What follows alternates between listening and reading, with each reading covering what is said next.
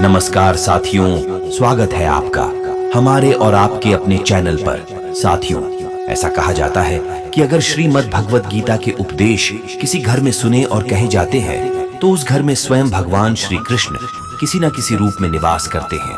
लेकिन आजकल की भाग दौड़ भरी जिंदगी में किसी भी इंसान के पास समय नहीं है, इसलिए हम आज की इस वीडियो में गीता के एक अध्याय का महत्व लेकर आए हैं। कृपया अपने घर की सुख समृद्धि और खुशहाली के लिए इस वीडियो को सुबह जल्दी उठकर और रात को सोते समय अवश्य सुनें और आगे के अध्याय के लिए चैनल को सब्सक्राइब कर लें। जय श्री कृष्णा दोस्तों, आज हम जानेंगे गीता के दूसरे अध्याय के बारे में, जिसका नाम है कर्म योग, जिसमें श्री कृष्ण अर्जुन को बताते हैं कि कर्म में अकर्म की अवस्था को कैसे प्राप्त कर सकते हैं। इससे पहले के अध्याय 2 में हमने जाना था सांख्य योग यानी संन्यास के ज्ञान के बारे में, जो इस तीसरे अध्याय के साथ जुड़ा हुआ है। अर्जुन को जब संन्यास योग के बारे में ज्ञान होता है तो वह कर्म से बचने के लिए संन्यास को बड़ा मानते हैं और श्री कृष्ण से पूछते हैं कि हे माधव, आप अगर ज्ञान को बड़ा मानते हैं तो फिर मुझे कर्म करने के लिए क्यों कह रहे हैं? कृपया मुझे बताइए कि कर्म और ज्ञान में मैं किसको श्रेष्ठ समझूं? श्री कृष्ण अर्जुन को इसका रहस्य बताते हुए कहते हैं कि अर्जुन, कर्म का मार्ग संन्यास मार्ग से बेहतर है, क्योंकि सन्यासी बनना इस भौतिक जगत में अत्यंत कठिन है। कर्म योग के मार्ग से भगवान की प्राप्ति आसान है और सन्यासी बनने के लिए भी मनुष्य को कर्म तो करना ही पड़ेगा। मनुष्य कितना भी चाह ले, लेकिन वह किसी भी हालत में कर्म से नहीं बच सकता। भगवान अर्जुन से कहते हैं कि हर व्यक्ति को कर्म तो करना ही पड़ता है, न चाहते हुए भी हर पल कर्म होता ही है, तो क्यों ना उसे कर्म के विषय को जानकर ही किया जाए। कर्म के उचित मार्ग से ही कर्म के बंधन से मुक्ति संभव है। जो व्यक्ति दिखावे के लिए कर्म करता है वह ढोंगी कहलाता है और ऐसा व्यक्ति अपने जीवन का नाश करता है। जैसे अगर किसी व्यक्ति ने अपने गृहस्थ जीवन का तो त्याग कर दिया, लेकिन उसके मन में संसार और नारी भोग की इच्छा हमेशा रही, तो वह एक पापी कहलाता है और वह कभी कर्म के बंधन से मुक्त नहीं हो सकता। भगवान के अनुसार जो व्यक्ति अपनी सारी इच्छाओं को, अपनी इंद्रियों को काबू में करके कर्म करता है, उसे निष्काम कर्म कहते हैं। ऐसे व्यक्ति के सामने अगर कोई भी सुंदर नारी या स्वादिष्ट भोजन रख दे, तब भी वह अपने कर्म के मार्ग से नहीं हटता। ऐसे व्यक्ति के सामने कोई भी बाधा उसे अपने कर्म के मार्ग से नहीं हटा सकती।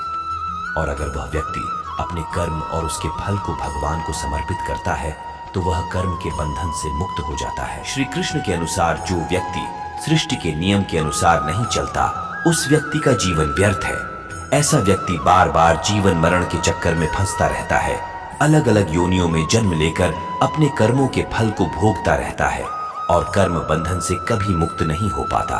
अतः व्यक्ति को चाहिए कि वह जन कल्याण के लिए भी कर्म करे। श्री कृष्ण के अनुसार अगर हम कर्म बंधन से मुक्त होना चाहते हैं तो हमें भोग विलास को त्यागना होगा और अपने कर्म को श्रेष्ठ करते हुए एक श्रेष्ठ पहचान बनानी होगी, ताकि और भी मनुष्य उसको अपने जीवन में पालन कर सके। इस बात को एक सच्ची घटना के माध्यम से समझते हैं। जनस्थान में एक जड़ नामक ब्राह्मण हुआ करता था, जिसका जन्म कौशिक वंश में हुआ था, लेकिन उसने अपना जातीय धर्म छोड़कर बनिए की प्रवृत्ति को अपनाया और व्यापार में लग गया। उसने व्यापार से बहुत सा धन कमाया और वह भोग विलास में पड़ गया। पराई स्त्रियों से संभोग करता और सदा जुआ खेलता, शिकार खेलकर जीवों की हिंसा कर दिया करता था, जिससे उसका सभी धर्म नष्ट हो गया था। सारे पुण्य कर्म नष्ट हो गए थे और धीरे धीरे उसका सारा धन भी नष्ट हो गया और वह धन के लिए चिंतित रहने लगा और व्यापार करने के लिए दूसरे शहर चला गया। वहां से धन कमाकर वापस लौट रहा था तो रास्ते में उसको लुटेरों ने लूट लिया और उसको मार दिया। उसके धर्म और पुण्य नष्ट हो जाने के कारण वह प्रेत योनि में चला गया और वट वृक्ष पर लटका रहा। जब वह घर वापस नहीं आया तो उसका पुत्र चिंतित होने लगा। उसका पुत्र बहुत धार्मिक प्रवृत्ति का था। उसने सोचा कि मेरे पिता वापस नहीं आए और वह उनको ढूंढने के लिए निकल पड़ा। कई दिनों के बाद वह अपने पिता के एक साथी से मिला, जिसने उसको उसके पिता की मृत्यु के बारे में बताया। तो उसने अपने पिता के श्राद्ध कर्म का निश्चय किया और गया जाने का निश्चय किया। कुछ समय और चलने के बाद वह उस वृक्ष के नीचे पहुंच गया और रुक गया। उसका बेटा संध्या के समय गीता का पाठ किया करता था। उस रोज वह वहां बैठकर गीता के तीसरे अध्याय का पाठ कर रहा था, जिसे सुनकर उसके पिता की प्रेत योनि से मुक्ति हो गई और वहां आकाश में प्रकाश प्रकट हुआ, जिसमें उसने अपने पिता को देखा और स्वर्ग से एक रथ उतर कर आया, जिसमें उसके पिता बैठे हुए थे। उनके बदन पर पीतांबर सुशोभित हो रहा था। यह उसके तीसरे अध्याय का फल था, जिसे सुनकर उसके पिता को प्रेत योनि से मुक्ति मिली। जब उसने अपने पिता को देखा तो उसने सारा वृत्तांत पूछा। उसके पिता ने उसको सारी बात बताई और कहा, पुत्र, तुम्हारे द्वारा गीता के तीसरे अध्याय को सुनकर मैं प्रेत योनि से मुक्त हो गया हूं। अब तुम अपने घर वापस जा सकते हो। तुम्हारा कर्म पूरा हुआ। पुत्र बोला, जैसी आपकी आज्ञा पिताजी, लेकिन मेरे लिए अब आगे की क्या आज्ञा है? अब मुझे क्या करना है? पिता बोले, पुत्र, मेरी तरह मेरी 6 पीढ़ियां भी इस प्रेत योनि में भटक रही है। तुम उनका भी उद्धार करो। अपने पिता के ऐसे वचन सुनकर उसके पुत्र ने अपने घर पहुंचकर अपने पूर्वजों के लिए भी गीता के तीसरे अध्याय का पाठ किया और उसका फल अपने पूर्वजों को दिया, जिससे उसके पूर्वजों का भी उद्धार हो गया। अर्थात भगवान कर्म में अकर्म की स्थिति को बताते हैं। अगर इसे धार्मिक भाषा में कहें तो इसका अर्थ है कृष्ण समर्पण अस्तु, अर्थात अपने कर्म और उसके फल को भगवान को सौंपना अकर्म कहलाता है।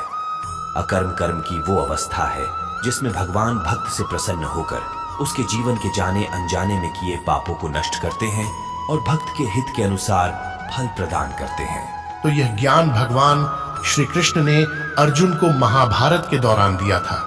साथियों, मेरे द्वारा की गई व्याख्या में कुछ भी त्रुटि हुई हो तो मैं आपसे और भगवान से क्षमा मांगता हूँ और आप सभी से विनती करता हूँ कि आप श्रीमद् भागवत गीता का पूर्णतः अध्ययन करें, क्योंकि यह आपके जीवन की सभी समस्याओं को दूर ही नहीं, उनसे मुक्त भी कर देगी और आप जान पाएंगे कि आपके जीवन का उद्देश्य मतलब लक्ष्य क्या है।